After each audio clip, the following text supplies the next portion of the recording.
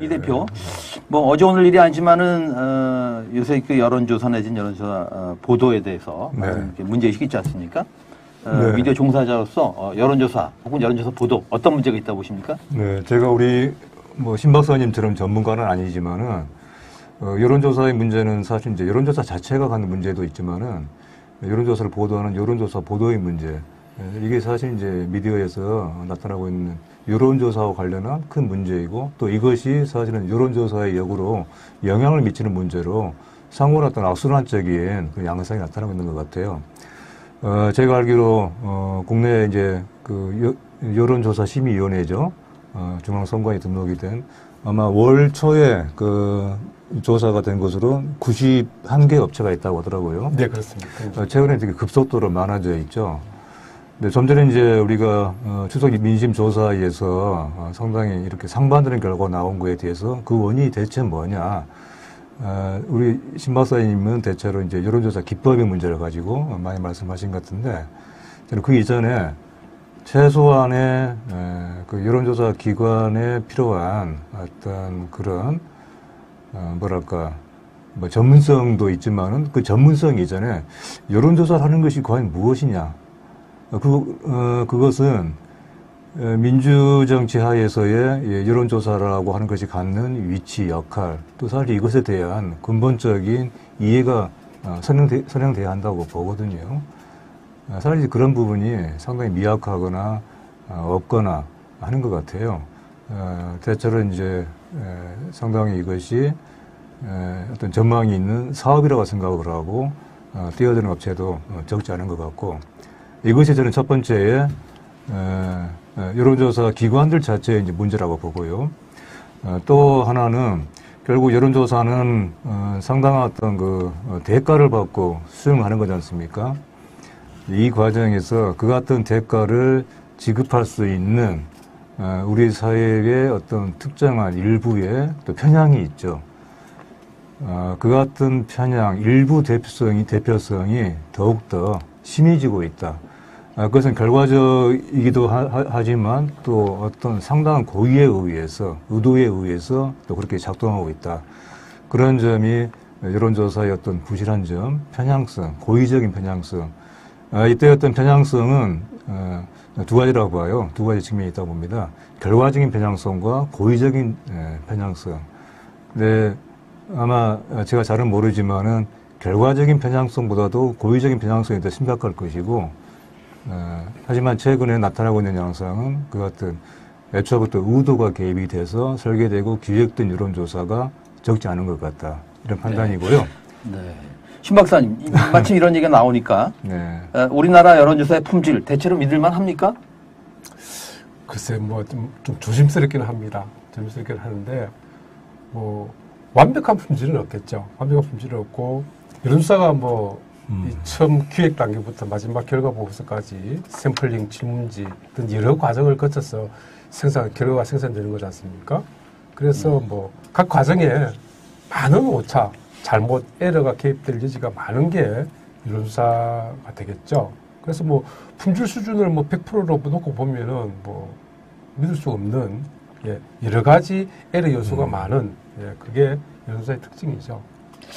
그럼 우리나라 언론이 보도한 여론조사들은 혹은 의뢰한 여론조사들은 그래도 대체로 믿을만하다 이렇게 보시는 건가요?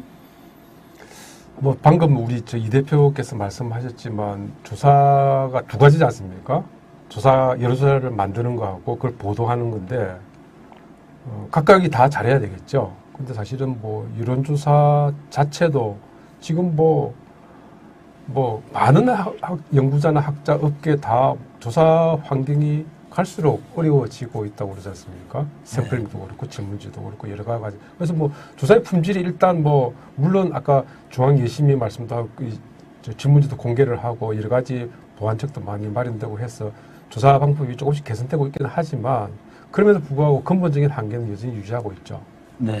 게다가 그런 것들을 보도하는 언론 보도 쪽에, 여론조사 보도 쪽에서 방금 말씀하셨지만 여러 가지 정파성이라든지 또 뭐 돈을 줬으니까 뭔가 그 이득을 이끌어내야 되겠죠. 그렇게 하다 보니까 팔이 안으로 굽는 형태의 보도가 거의 일상화가 되어 있으니까 사실은 뭐 조사는 조사대로 보도는 보도대로 이렇게 품질을 제외하는 그런 일들이 많이 벌어지고 있다 이렇게 보고 있습니다. 네.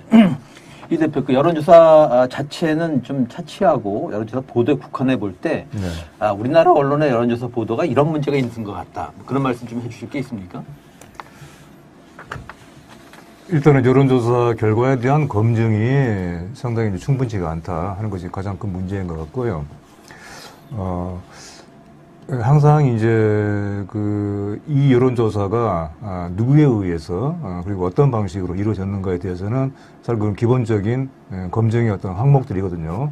근데 그 같은 최소한의 검증, 최소한의 그런 거기에 대한 검토와 함께 독자에 대한 설명, 이 상당 부분 빠져 있는 경우가 이제 많은 것 같고요.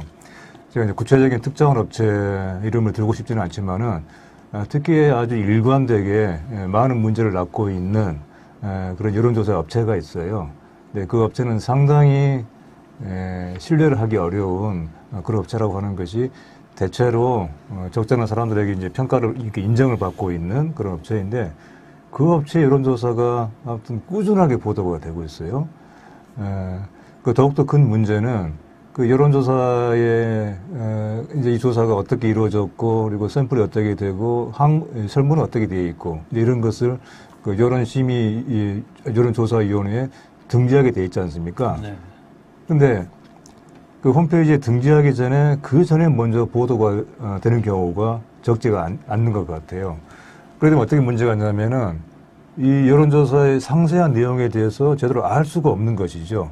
그래서 어떤 매체에 특히 이제 그 같은 여론조사를 의뢰하는 매체가 있으면은 그 매체가 먼저 보도를 한단 말이에요. 그러면은 이게 그 세부적인 내역을 모르는 상태에서 다만 그 매체가 보도한 내용을 그대로 베껴 쓰는 것이죠. 그러니까 우리 언론에서 사실 가장 쉽게 쓸 수 있고 독자들로부터 이런 관심을 많이 받을 수 있는 그런 기사의 유형 중에 하나가 여론조사지 않습니까? 여론조사나 결과는 사람들에게 아주 즉각적인 흥분을 일으키는 운동 경기 결과와 같은 그런 그 특성이 있기 때문에 이건 사실 바로바로 보도를 하게 되거든요. 그 같은 어떤 과정에서 최소한의 검증, 이것이 이루어지지 않고 있다는 것이 가장 큰 문제인데 더욱더 큰 문제는 이것이 어떤 위험을 낳고 있는지에 대한 그 같은 인식이 없는 거예요. 기자들에게. 여론조사 결과가 잘못 왜곡되게 또 수정이 되고 또 그것이 왜곡되게 보도가 됐을 때 이것이 어떤 폐해가 있는지에 대한 바로 그런 문제에 대한 최소한의 인식이 결여되어 있다는 것. 사실 저는 그것이야말로 어떤 그 보도 과정에서의 잘못, 오류, 이상의 더 큰 문제라고 봐요. 네. 제가 하고 싶은 얘기 결론은 이렇습니다. 여론조사라고 하는 매우 상당히 위험할 수 있는 그런 보도를 할 때는 이것이 상당히 신중하게 다뤄줘야 되는 흉기와 같은 그런 어떤 그런 대상이라고 보고 거기에 맞게 먼저 기자가 거기에 대해서 준비되고 학습돼 있어야 된다. 최소한의 학습. 그런 점에 대해서 한국 언론은 매우 모자라다. 네. 네. 신 박사님. 네. 그러니까 이제 중앙일보에서 여론조사 기사를 직접 쓰셨고, 또 그에 앞서서 조사회사 몇 곳에 이제 몸담으셨지 않습니까? 네. 여론조사 기사를 꼭 여론조사 전문 기자가 쓰는 건 아닌데, 그러니까 여론조사 기사를 쓰는 기자들, 미디어를 향해서 이런 점들을 좀 좀 고려해서 기사를 썼으면 좋겠다. 그런 팁을 주신다면 어떤 말씀을 하시겠습니까? 글쎄, 제가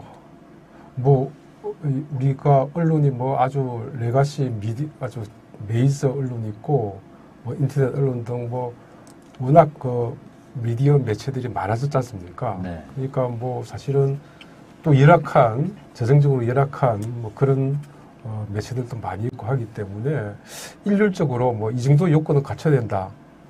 여론조사 기사를 쓰려면은 적어도 여론조사 전문 기자는 아니지만 여론조사 전문 기자에 준하는 그렇게 요구하기는 좀 쉽지가 않은 것 같아요. 네, 쉽지가 않은 것 같고 그래서 조금 전에 이 대표 말씀하셨지만 지금 사실은 여론조사 문제가 많다고 하지만 중앙여심이 선거여론조사 심의위원회에서 적어도 선거와 관련된 여론조사는 미리 투명하게 공개를 해야 되는 그런 기구가 생겨났지 않습니까? 저는 뭐 이게 상당히 순기능을 많이 하고 있다고 생각합니다. 예전에는 전혀 그렇죠. 밝히지 않았었죠.